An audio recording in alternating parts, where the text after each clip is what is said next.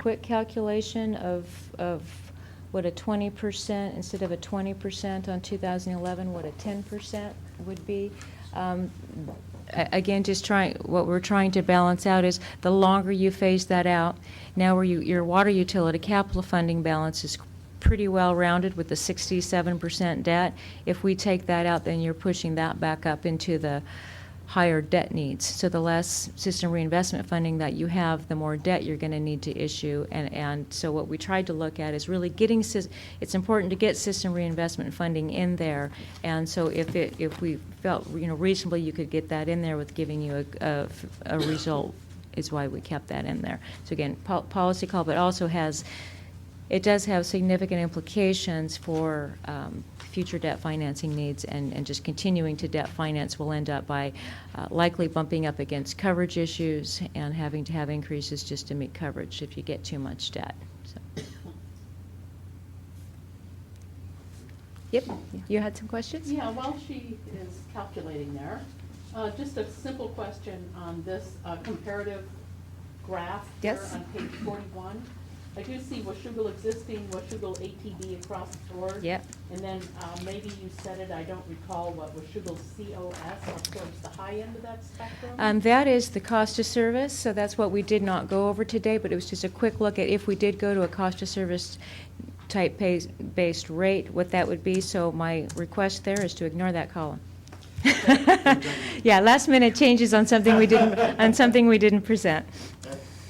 It's not fair. That starts to get into the whole discussion of, I use less water than my neighbor, so why do I get charged the same, and this, that, and the other thing, and trying to find more, the attempt was to find a more equitable way to be able to move those rates around that gets it more to literally the cost of the service to each individual. Mm-hmm. So, well, is part of the cost of service saying that we're not going to draw from revenue or from general fund, that all of the money that's collected through the utility bills pays for this utility itself without any drawdown? Is that That's part of that? actually revenue requirements. The revenue requirements, these type of slides like I have Okay. up here, that is where you're identifying all your costs and saying that utility rates are going to pay for utility costs and, not general fund. What cost of service is how much is a single-family residential going to pay versus a multifamily versus a commercial. So that's looking at the different customer classes. Oh, okay. Cost of service among customer classes.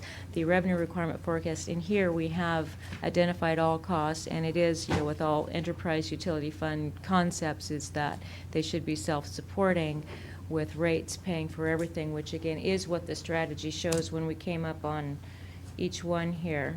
Sorry, let me just put this back up on slideshow. That, for example, is demonstrated by this top dotted line there, that it's then self-supporting and not getting any outside subsidy. Okay, good. Thank you. Mhm. Yes. I had a number of questions, and maybe Trevor would be the appropriate one on some of these. 6 years, I know that's the legal requirement, but is 6 years really long enough planning horizon for capital planning for water and sewer? Certainly, the city plans usually on a 20-year planning cycle for the water and sewer capital. So what we've done for rate making, when you're forecasting what your rate should be, the 5 years is the more appropriate. You get out beyond 5 years on what your operating expenditures and such are usually. But certainly, yes. So Trevor's group and stuff, they look at it at a 6 and a 20 for capital. And then June. on page 11, my question would be, how sensitive are these things to your economic forecast assumptions? If inflation is twice that and interest is 6%,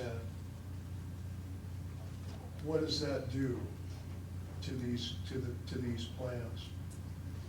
I mean, we would have to run some combinations. So I would say the interest earnings has less sensitivity to them because we don't have that large of balances to deal with than, say, something like the growth forecast. The growth forecast has the most sensitive impact for how it changes. And that is actually one reason why we did lower it from let's say the water system master planning work, where you're trying to figure out how much facilities do we have to build, they'll typically use a more, we say, aggressive, what could we possibly have in growth?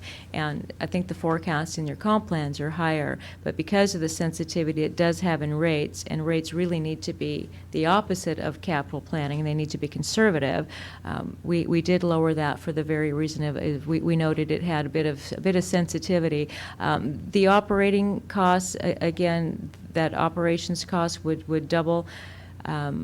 I mean, we could take a look at it, but say those are not the big swings in the sensitivity as something like growth. That's the big one, because that takes all of your revenues that you're looking at.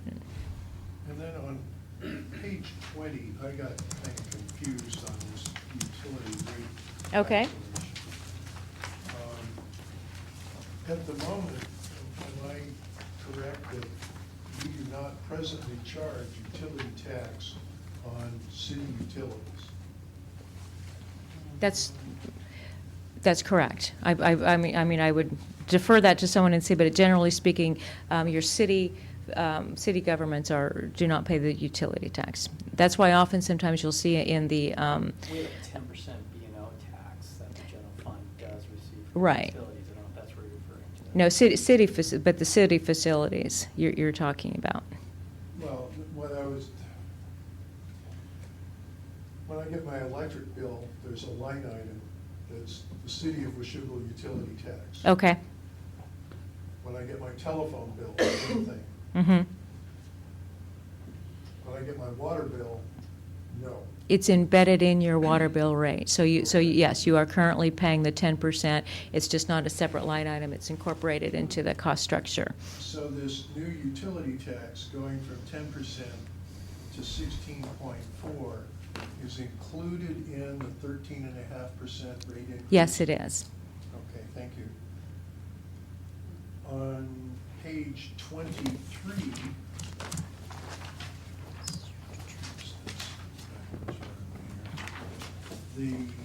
that's wastewater capital plan. The 2013 project, is that wastewater solids?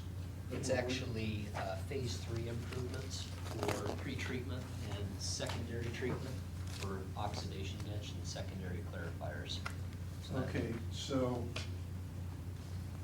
solids isn't even in this plan yet, It is in the plan, but not a full-blown Class A facility. but not in this, or it is in this? It is Okay. for 2012. Oh, yeah. Sorry. Yeah, I just highlighted major capital projects. So there's several more capital projects within water, sewer, and storm that I didn't specifically identify. And